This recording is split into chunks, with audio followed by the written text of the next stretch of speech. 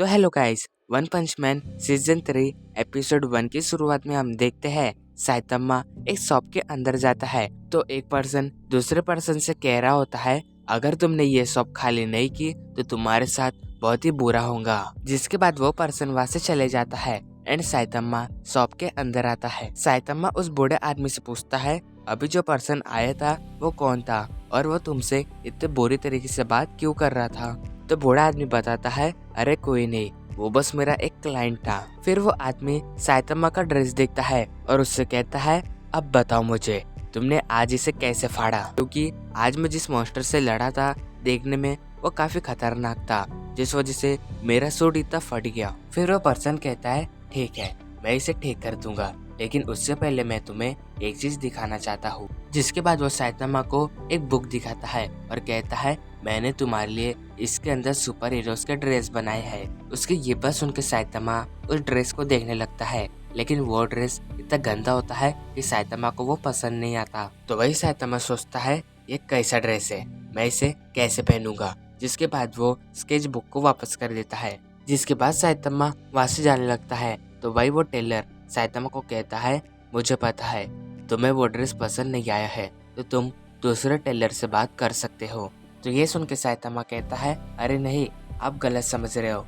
आपको तो पता है कि मैं आगे जाके एक सुपर हीरो बनना चाहता हूँ, तो मैं ये चाहता हूँ कि आप मेरे लिए एक कंफर्टेबल सा सूट बनाएं। और आप इस सूट को जरा ध्यान से देखो, इसे पहनने में मुझे कितनी प्रॉब्लम जाएंगी, जिस वजह से मैं चाहता हूँ कि आप मुझे एक सिंपल सा सूट बना के दीजिए। जिसके बाद साइतम्मा वहाँ से जाने लगता है तो वही वो पर्सन साइतम्मा से कहता है, तुम जरा ध्यान से जाना, यहाँ पे बहुत ही ज्यादा चोर मौजूद है। ये पूरी जगह पूरी खाली हो चुकी है, जिस वजह से यहाँ पे चोरों ने अपना डेरा डाल लिया है। फिर इसके बाद हम एक बार को देखते हैं जहाँ पे वही पर्सन अपने बॉस से कहता है, उसने मुझसे कहा कि उसके पास पैसे नहीं है, जिस वजह से हम उसके स्टोर को अपने कब्जे में कर सकते हैं। वैसे बॉस, मुझे ये बताइए कि आपको उस छोटे से दुकान को अपने कब्जे में करके क्या मिलेगा। तो वो बॉस बताता है, मैं उन पूरी दुकानों को अपने कब्जे में करके वहाँ पे बहुत ही बड़ी चीज करने वाला हूँ, जिस वजह से मुझे वो पूरी दुकान अपने कब्जे में चाहिए। और तभी वहाँ पे और एक लड़का आता है जो बॉस से कहता है, बॉस मैंने और एक दुकान को अपने कब्जे में कर लिया है।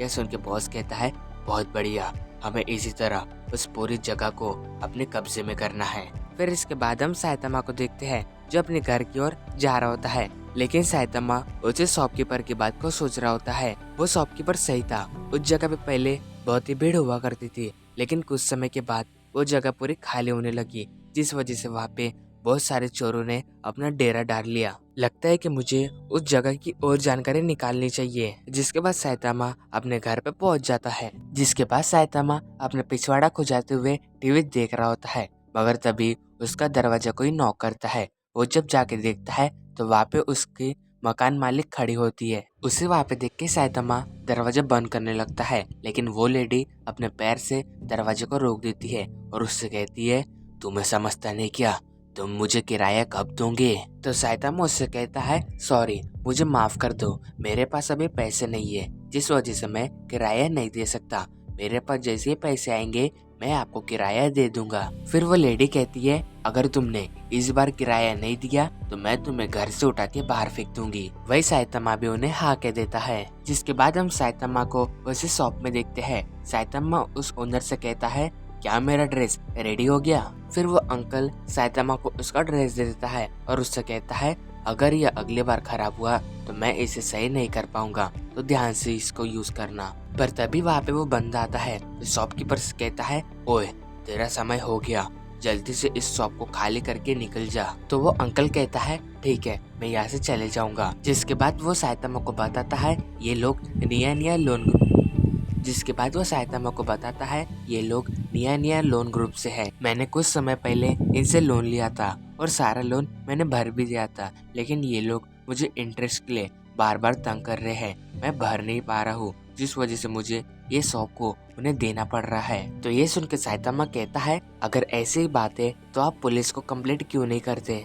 वही वो अंकल कहता है, मैं ऐसा नहीं कर सकता, मैं जिस अपार्टमेंट में रहता हूँ वो अपार्टमेंट इन लोगों का है, अगर मैंने कुछ भी किया तो ये मुझे अपार्टमेंट से निकाल के बाहर फेंक देंगे। जिसके बाद साइतामा उन लोगों का एड्रेस लेके वहाँ से निकल जाता है। उस अंकल ने साइतामा को उन लोगों का एड्रेस का मैप बना के दिया था। तो वही वो अंकल ने साइतामा से कहा था, देखो अगर तुम वहाँ पे जा रहे हो तो तुम अपना ध्यान रखना, वहाँ पे बहुत ही खतरनाक लोग हैं। फिर हम देखते कि साइतामा उन लोगों के बेस पे पहुंच जाता है और इसी के साथ हमारा एपिसोड 1 एंड होता है। Thank you for watching my video.